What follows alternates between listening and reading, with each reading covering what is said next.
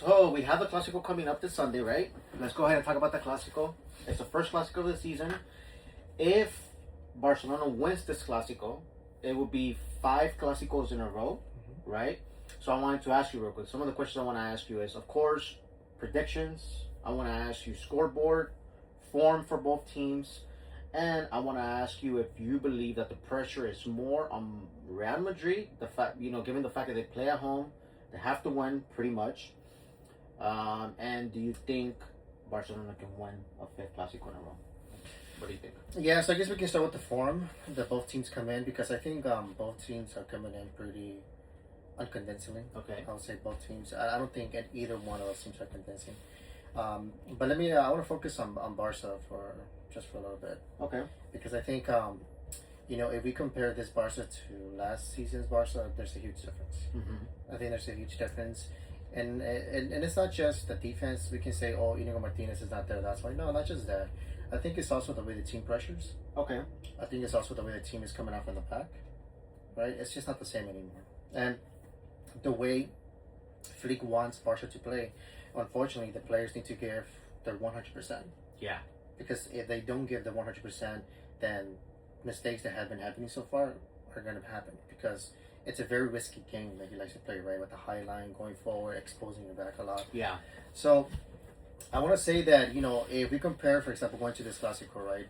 Comparing it to how we were going to last season's Clásicos, I would definitely say on my end that I'm a little bit less convinced, right? Going into this Classico than last season's Clásicos. Last season's Clásicos, I was a little bit more confident. You're going based off on the stage that we're at right now. Yeah. Like comparing this season to last season. Even last season, going to the other Clásicos, Yeah. I was a little bit more convinced about that Barca, and I always thought, you know what, even if Real Madrid score, I think Barca can outscore them. Okay. That was always my thought process. And yeah, Real Madrid are gonna have the chances and whatnot, and it's always the Clásico, but I think Barca can outscore them and outplay them. Going into this Clásico, I know Barca can outplay them, but I don't know if they can outscore them. That's the question. The question is, can they score more goals than they allow in? Last season, I always thought that Barca can score more goals than they allow in, but this time around, it's a whole different story. So, that's my my thought process on Barca's current form. How they're going into the Clásico. And real quick, with Real Madrid, I saw a little bit of the game against Juve. Yeah, and I texted you. I didn't see it, to be honest, but I know you texted me. Yeah. I was just curious. It's the game before the Classic. Yeah. So I was like, what? And it's Juve, right? So it's a classic. So I was, let me watch it a little bit. So I was watching the first half and a little bit of the second half. And Real Madrid leave a lot of open gaps in the middle. I heard the commentary saying that the pundits, after the fact, they were saying the same thing. They leave a lot of open gaps in the middle. And to be honest, I can definitely see Barca enjoying themselves in the middle. Now the question is I don't think Real Madrid are going to outplay Barca. I think Barca are going to outplay them, even at the Bernabeu. But the question is, can Barca, take advantage of that domination that they can have in the middle, and meaning that they can score the goals with Lamine Yamal, Rashford, most likely Ferran Torres, right? And can they, not allow too many long balls to go on the opposite side if they lose the ball, and defend that well? Counterattacks. Basically, so, I think the way I see the game playing is, I think Barca are going to be dominant. Barca are going to have the ball. I think Barca are going to outplay Real Madrid. But I want to see if Barca are able to score the goals, and if they're able to at least not allow too many long balls to go behind them, behind the defense. Okay. So yeah, that's sort of my thought on the form that both teams are kind of going in. I mean, what do you think about it? So regarding form, let's take on the subject of form. Yeah. I agree with you. I think that, both Barcelona and Real Madrid don't come, in their best form. Yeah. Comparing how they were last season. I mean, last season Madrid was struggling, though. Let's be honest with Ancelotti, right? This season, they're trying to discover themselves under Xabi Alonso. And I think that sometimes Xabi Alonso is having a hard time trying to, get the best out of the team. And it's normal first season, Barcelona, though, like you mentioned, with the absence of Inigo Martinez, him leaving, I think that kind of handicapped Barcelona this season, right? And then obviously injuries as well have played a huge part in it. Yeah. So I think that Flick, has been kind of struggling, and we, in one of the old videos, the last video we posted, we mentioned that Real Sociedad, the game leading all the way back to Real Sociedad, PSG, Girona, Sevilla, of course, and even against Olympiacos, we both, you and I talked about how we didn't want to get too much into the Classico because we wanted to see what happened against Olympiacos. The scoreboard against Olympiacos, in my opinion, is a little bit deceiving. It is deceiving, yeah. And I think that the reason why it's deceiving is because when you see the 6-1 and you look and you dive deep into the game itself, and if you watch the game, Barcelona, dude, were struggling for the first half of the game. They were having a hard time coming out from the back. They were having there were so many mistakes, bro. You know that every player in the back, from the goalkeeper to Balde, Kubarsi, Koundé, and Garcia, all of them lost the ball while trying to come out. Now, going back and kind of to feed your point with the whole Madrid thing, right? If they do that against Real Madrid, they will be in trouble, bro. Yeah. Because Real Madrid are more clinical than Olympiacos, than Sevilla, than Girona, whatever. Yeah. They have Mbappe, they have Vinicius, whatever. But regarding form, just to kind of not derail from just a form topic, I think that Barcelona's form is a little bit worrying. It worries me. But to be honest, I mean, I kind of feel a little confident given the fact that Real Madrid's form is not the best either right now. Yeah. Both teams are coming in pretty unconvincing, like I said. I don't think neither team is convincing. But I would say that at least Barca, they know what they're going to play. Yeah. Real Madrid, I don't know if they're going to try to keep the ball or not, to be honest, bro. Right. I'm not too sure, but I mean, they tried to keep it the ball against Atletico Madrid and they got slaughtered. So I don't know how Real Madrid are going to go, but I'm assuming that Real Madrid are going to try to play some long balls. That's what I'm so thinking. you think counterattacks? That's what I'm thinking, bro. Yeah, because honestly, I don't see Real Madrid outplaying Barca in the middle. No, I don't think so either. I don't think the game happen. is going to be played for Real Madrid in the middle because I don't think they're going to be able to outplay Barcelona in the middle. Now, let me ask you something. What about pressure? Yeah, of course. I think the pressure is obviously on Real Madrid, bro. The reason why it's on Real Madrid is first because they're home. That's one. Yeah. Second, because they haven't beaten Barca at all since the last 4 Clásicos. Right. So this will be the 5th Clásico in a row that if they lose or were to lose, they lose in a row against Barca, or if they were to tie, they're unable to beat Barca in 5 Clásicos in a row. Yeah. And then third is, come on, bro. They got slaughtered against Atletico Madrid 5-2, right? Mm-hmm. If they were to lose against Barca, that essentially means that the first 2 biggest games of the season, because Juve, they're struggling too. I mean, Juve are 7th in the Serie A table. Mm-hmm. So I don't really consider Juve, those teams are at the top level right now. Mm-hmm. That's just my opinion. I don't think they are. But the first 2 that Real Madrid essentially have had, if they were to lose against Barca, would be Atletico Madrid and Barca. Mm-hmm. And both lost. Let's say they lose against Barca, right? And then here comes Liverpool next week. I believe they have Liverpool next. So that's what I'm telling you, that I think right now there's a lot more pressure on Real Madrid than there is Barca. And let's also not forget that if Real Madrid were to lose, they lose first place in the table. So I think the pressure is more on Real Madrid.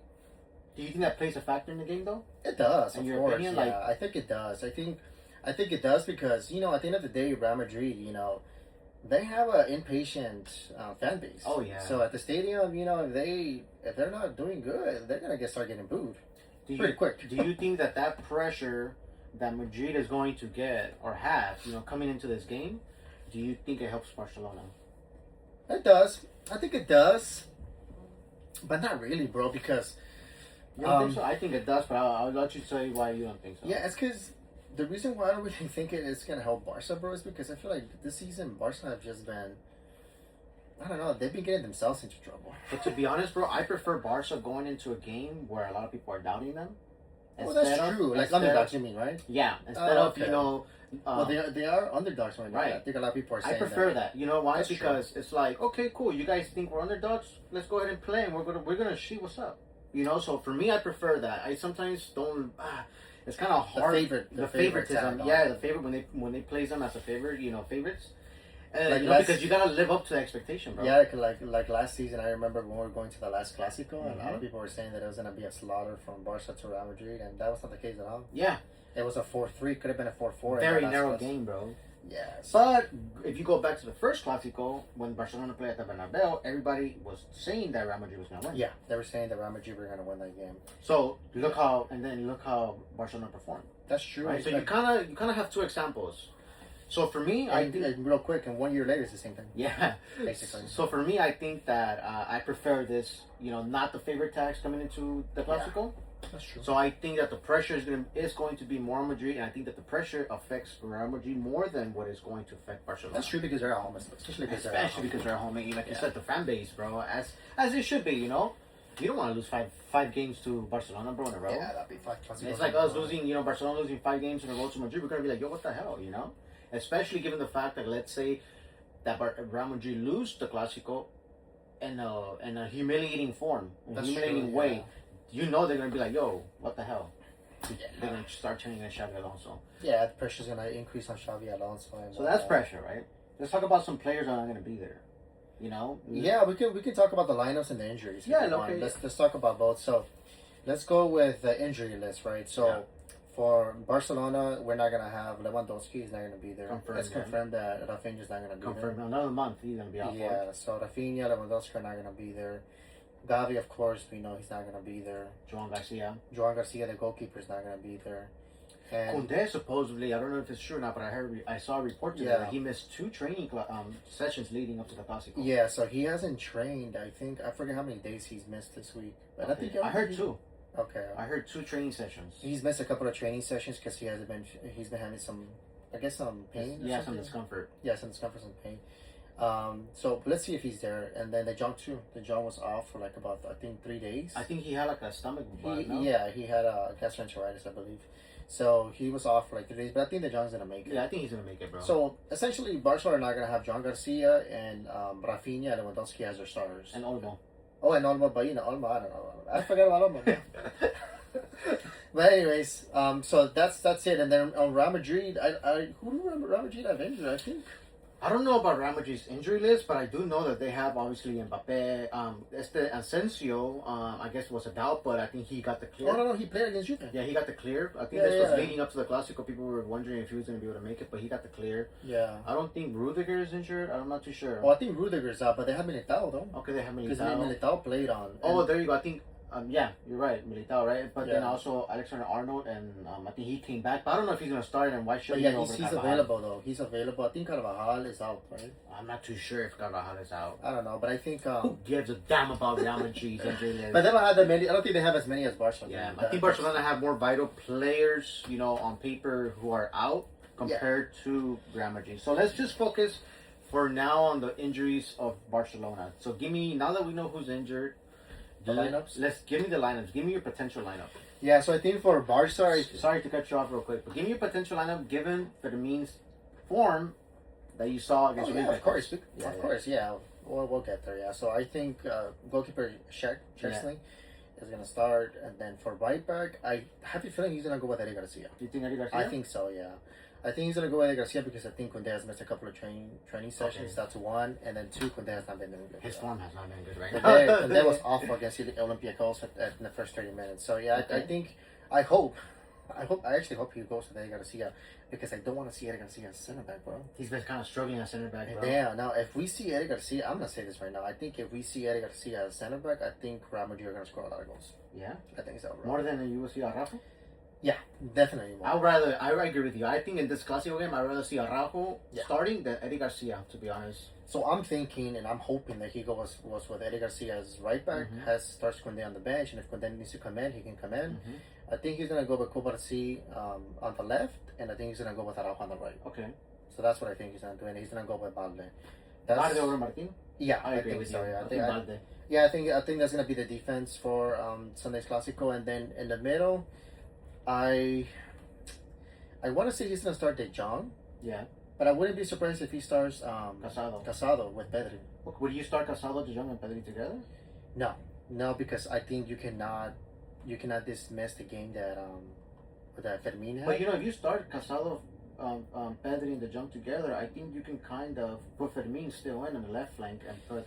But I wouldn't put Fermin there though. To be honest, you put him cam. Yeah, I'll put him as a cam, bro. So who do you put a striker though, bro? It's gonna have to be Ferran, unfortunately. And then he's coming back. Yeah. Yeah, and then Rashford's gonna go on the wing. So that's sort of what I see happening. I think I'm not too sure if he's gonna go with De Jong or Casado with Pedri, but whichever one I think is good. I honestly would prefer De Jong because I think De Jong gives you more clarity coming out from the back and more ball control. So I would rather see De Jong and Pedri starting in the midfield against Real Madrid. And then especially because I think that they're able to not lose as many balls in the middle. Mm-hmm. Casado, he's good, but he does lose more balls than De Jong. Okay. So that's why I will put De Jong, Pedri, and then I'll put Fermin in the middle. Because I think Fermin... Behind the striker. Behind the striker, because I think Fermin just runs a lot. And I know. he pressures a lot, runs a lot. He's going to relieve a lot of like running and pressure that De Jong and Pedri have to do. Something that I told you last time that Olmo doesn't do. No, doesn't do that. So I think you need to put Fermin in there, bro, because he's an animal. He's a workhorse in the middle. I'll put him there. And then I'll put Lamine Yamal. I'll start Ferran Torres because he's the only striker that's available. And then I'll put Rashford on the wing. Because I think that's where Rashford tends to do better. Shine better? Yeah, I think he tends to shine better with more space. And I think he doesn't have space against Real Madrid, bro. And then you put Lamine Yamal, of course, right? Yeah. So that's my lineup for Barcelona. You know what, dude? For my lineup, to be honest, bro, I think that defense, I agree with you. Let's just do it real quick. Defense, I agree with you. Szczęsny, goalkeeper. Eddie Garcia, in my opinion, should probably play right back, given, Koundé's probably, injury. You can not injury, but, he hasn't probably been at 100%. Mm-hmm. But to be honest, even then, if not, just put Koundé, in my opinion, right? That's true. Araujo, Cubarsí, Valde, De Jong, Pedri, right? And this is where it gets complicated for me, bro, because I'd rather see a Rashford as a striker than Ferran Torres as a striker. Even if that means putting Fermin on the left flank. That's just my opinion. But you can't go wrong with that, to be honest. No, because I could still say, hey, you know what, Fermin, just pressure the whole back lineup. That's true, yeah. So I would do that, and then I'll put Lamine Yamal. Yeah, I mean, to be honest, that's good too, because then you can see Casado, De Jong, and Pedri together. Yeah, it's pretty much the same formation that he used against Olympiacos. I will go with that. But I don't think he started De Jong.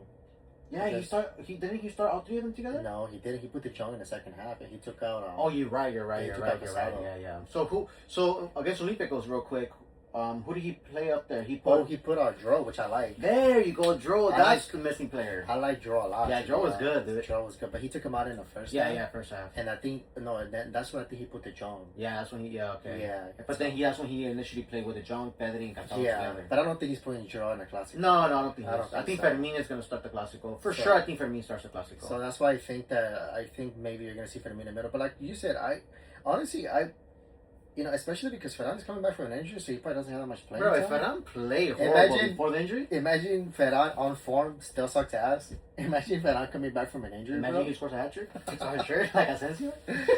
So you know what? I think you're right, bro. Like I would not be upset at all if I see Rashford as striker and Fermin as a left winger. Yeah. And then we see Casado, Pedri, and De Jong in the middle. I would like that, to be honest. Yeah. That's a good lineup, actually. I think I would like that more than I would seeing Ferran Torres up there, to be honest. Yeah, it's because Ferran Torres... Especially because in the game... You already know if he hasn't won one, he's in the mess. Oh, yeah, bro. Especially because if you saw the game, bro, I like the fact that... I'm going based on the game against Olympiacos. I like the fact that both Rashford scored and Fermin scored, right? That's true. He scored a hat-trick. I like the fact that Rashford scored because it gives him confidence leading up to the game. That's true. Mm-hmm. So... I hope to see that. Now, obviously, it's going to be tricky for Fleet knows best the players, how they come, so we'll see what happens. Now, we talked about the form of both teams coming in. We talked about lineups. Give me your prediction scoreboard. This is where it gets kind of fun. I actually think, and this is the reason why I'm wearing this white shirt, bro. You traitor! Nah, you're wearing the Lamine Yamal now, the one he did. Yeah, this is the Lamine Yamal, number 27. But, I'm going to say that I think Real Madrid are winning this game. Do you think Real Madrid wins this game? I think so. The reason why I'm saying this... How dare you? How dare you? The reason why I'm saying this is because there's a couple of things, bro. Okay. First and foremost, I think Real Madrid are going to have to win eventually. Okay. Right? Eventually they're going to win. Barcelona are not going to beat them forever. They're either going to win or tie. Mm-hmm. One of the two. So, in my point of view, is like, if there's ever a time for Real Madrid to beat Barca, it should be now. Yeah. They're at home, right? Barca not doing good. Barca has so many injuries. Let it be now. Get it over with. That's one, okay? And then two is, I want to say that on average, Barca have given their opponents approximately 3 to 5 good chances per game. Okay. We can go with Levante. Levante had like three or four good chances. We can go with Real Sociedad. Real Sociedad had like about 3 chances too. Okay. Sevilla scored 4 because they had the chances, right? And they had more chances. And they could have done it 3 in the first half, pretty much. I remember that. PSG, bro, I think if you have PSG starting forwards, I think they could have scored 3 or 4 goals. The first half PSG Barcelona I like though. I'll Yeah, be yeah, honest the with first. you. We're talking about the second. Yeah, I'll say that. I think PSG could have scored 3 or 4 goals. Yeah. If they had their starting line. No Firmino against PSG, right? There was no Firmino. He was injured. Yeah. Okay, that's So- kind of good though. That's good. That's a good sign. Okay. And then Girona too had like about 2 chances in the first half. Right? Olympiacos had like about 2 or 3 chances in the first half. First half Barcelona played horrible against Olympiacos. Not like first half. Yeah. The scoreboard is deceiving because the ref gave a red card and the scoreboard is 6-1. Is So let's just say that on average, Barca have given their opponents at least 3 good chances. okay. Okay. So I'm thinking that out of those 3 to possibly 4 good chances, I think Real Madrid can score 3 or 4 goals. Okay. That's what I think, because I think that the reason why Barca haven't had any more defeats or any more heavier defeats is because the opponents have not taken their chances. You think they're pushing their luck? They've been pushing their luck. Yes. So I think, obviously, Mbappe right now, he's doing good. He's doing better than he was last season. Yeah. He's scoring goals. So I think if you give Mbappe 4 chances, he's going to score you at least 2 out of those 4. I agree. 2 Yeah, or 3 out of those you 4. can't count Mbappe out. Vinicius Junior, you give him 2 chances, he's going to score you 1 out of those 2, maybe. You give him 3, he's going to score you maybe 2 out of those 3.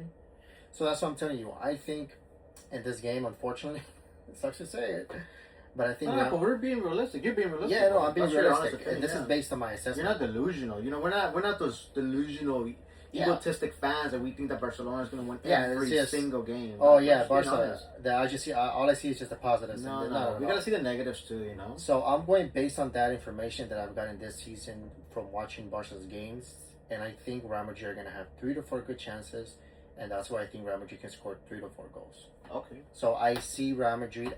The game that I see is very similar to the one we saw the last Classico last season, 4-3. the 4-3. But Barca were at home. Barca had Inigo Martinez. Barca were on better form, Yeah. right? And they have motivation. Yeah. So, and that game ended 4-3, which could have ended 4-4. Yeah. So that's what I'm telling you. Right now, Real Madrid are at home. Barca have injuries. Barca are not at a good moment right now. So that's why my score prediction, I think, is Real Madrid are scoring 3 or 4 goals. Let's just say 4 goals. And I think the question here is, can Barca outscore them this time around? Okay. Which I think they probably can't, to be honest, because I think they're missing they're missing Rafinha, which I believe. How many goals did he score against Real Madrid last season? I'm not too sure, but I know that he was pivotal in the Classico. He was probably one of the best players that we had. Yes. against Real Madrid. Yeah, so they're missing Rafinha. That's good. That's one right there. Lewandowski, they only had him in the first Classico, I believe. So let's just say Ferran Torres were to be there, but let's say Ferran Torres were to be there, not coming back from an injury. That's 2. Yeah. Okay. You have Rashford. So let's see what Rashford does. Maybe that could compensate for Ferran Torres, right? And then now for Rafinha, you think can compensate? Yes, can probably compensate. And then the goalkeeper is the same, Sheck. So it's probably nothing going to change, If I think Sheck may make some mistakes here and there, like he did last season, right? He made some mistakes against Real Madrid. So, with that being said, I think the score prediction that I have is Real Madrid 4 and Barca 2 or 3.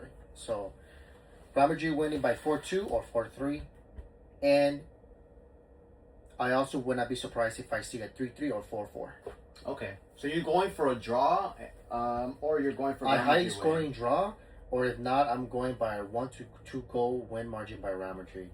And I think because Barca gives so many chances so far this season, bro, I think Real Madrid are going to score between 3 to 4 goals. That's my guess. Okay.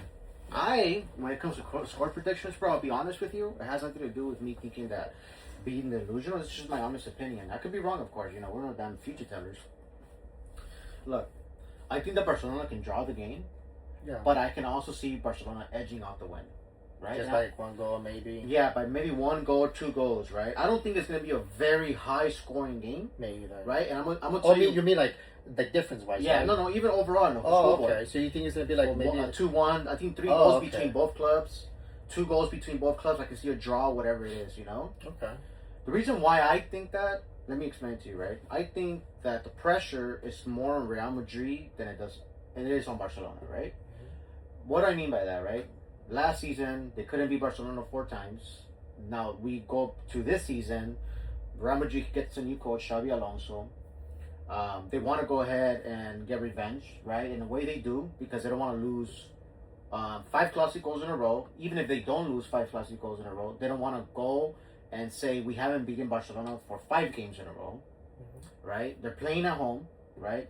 And I also think that Barcelona come into this game with, like you said, with the mentality like, look, if we lose, we lose. I'm not saying Barcelona's going with that mentality, right? Yeah. But I think that some of the fans were being realistic, right? We're saying, well, if Barcelona loses, like you said, there is the perfect time is right now. Yeah, it is. You know, they pretty much are underdogs, right? No one's expecting for Barcelona to go out there and, you know, and dominate or smash Real Madrid. We hope they do, right? But let's be realistic. Given Barcelona's form, it's kind of hard to predict that. Yeah. But I also think, bro, I think that pressure is going to kind of weigh hard on Real Madrid. And I think that Barcelona can edge out the win. I think Barcelona can edge out the win, bro. And I think that it's not going to be a very high scoring game. That's just my opinion. Well, hey, if they do win, then I'm happy to be wrong. You know, the only thing is that if, let's say, Barca do win, you know, it's going to be later than the season. I'm like, well, Real Madrid eventually are going to win. Yeah. So, you know, that's the reason why I'm like, man, I hope it happens now, to be honest. And I hope it's not like a big margin either. Or maybe if it's a 3-2 win by Real Madrid, or maybe a 2-1, or even a 4-3 win by Real Madrid, that's good with me. If Barcelona can play this game the way they played against PSG for the first 45 minutes, going into the game and playing against Real Madrid like that for the whole game, I can definitely see Barcelona being able to win. Yeah, one thing for sure is that, you know, Barcelona are going to have a lot of space in the middle because I saw the game against Juventus that Real Madrid played, and Real Madrid give a lot of space in the middle. So I know Barcelona are going to control the middle. I know they're going to dominate in the middle, and I know they're going to outplay Real Madrid. I think Barcelona controls the momentum of the game. Yeah, and it's just, to me, it's just a defense, bro. It's just a defense, and hopefully they pressure correctly where Real Madrid don't blow a ball to Vinicius or Mbappe, and then bam. So that's sort of what I'm looking for, you know. You know, that's the reason why against Olympiacos, it kind of sucks that Olympiacos got a red card. Yeah, because I wanted to see what too. Barcelona were able to do for the full 90 minutes. Yes. Against 11 players. Yes, I wanted to see it because, you know, the truth of the matter is that record did change the game. Oh yeah, definitely. They changed it a lot. They changed it a lot. So then, you know, after that, Olympiacos just went down. You know, because they got scored on the third goal like a couple of minutes later, I believe. So, you know, that kind of killed the game. So I wanted to see how Barca would do with the, you know, full 90 minutes for 12 men against 12 men. But it didn't happen. So, 11 men, I guess. 11 men, sorry. But that didn't happen. So, you know, we didn't get to see it. So, and I have been telling you that, you know, by the 70th minute, if Barca are not winning by a significant margin, by at least 2 goals difference or 2 or 3 goals difference by the 70th or 75th minute, they kind of tend to struggle. Yeah. They tend to struggle because they lose legs, they kind of lose ideas, and then they're easily able to get counterattacked. So that's why I wanted to see that, but we didn't get to see it. So now, you know, let's see what, hopefully, you know, we'll see what happens against Real Madrid. But, you know, and honestly, dude, I would not be surprised at all if Real Madrid get at least 2 penalties. Penalty para Real Madrid. For this Classico. Well, look, real quick, dude, I wanted to tell you, just the last subject we can touch on real quick. I wanted to talk to you about, or I actually wanted to ask you, what do you think about Lamine Yamal's comments, bro? Oh, yeah. I think that's normal, bro. Cause you think he wants to spice it up? Yeah, of course. You know, he knows what he's doing. But do you think that's going to make Real Madrid... You think he's trying to get into their heads? Of course. And I think it's good. Honestly, I you know, even going back to Mourinho, bro. Yeah, we didn't like it. Because he was Real Madrid's coach. But he's part of the game. Yeah, it's part of the game. It's part of the game. Mourinho was... Conor McGregor does that in the UFC. Yeah. It's part of the game of getting in your opponent's heads. And Mourinho did Pep Guardiola's head, bro. Oh, yeah. He got Pep Guardiola's head. So, yeah, I think Lamine Yamal right now, he's trying to get into the Madrid's head. And Lamine Yamal knows what he's doing. But he knows that he can get in their heads. So I think it's part of the game, bro. I mean... But do you think... A little comment here and there before the Classico. Do you think he risks getting cracked? Of course. Of course he gets getting you know, cracked and getting hit, but hey, you know, it's Classico at the end of the day, dude, so it's expected.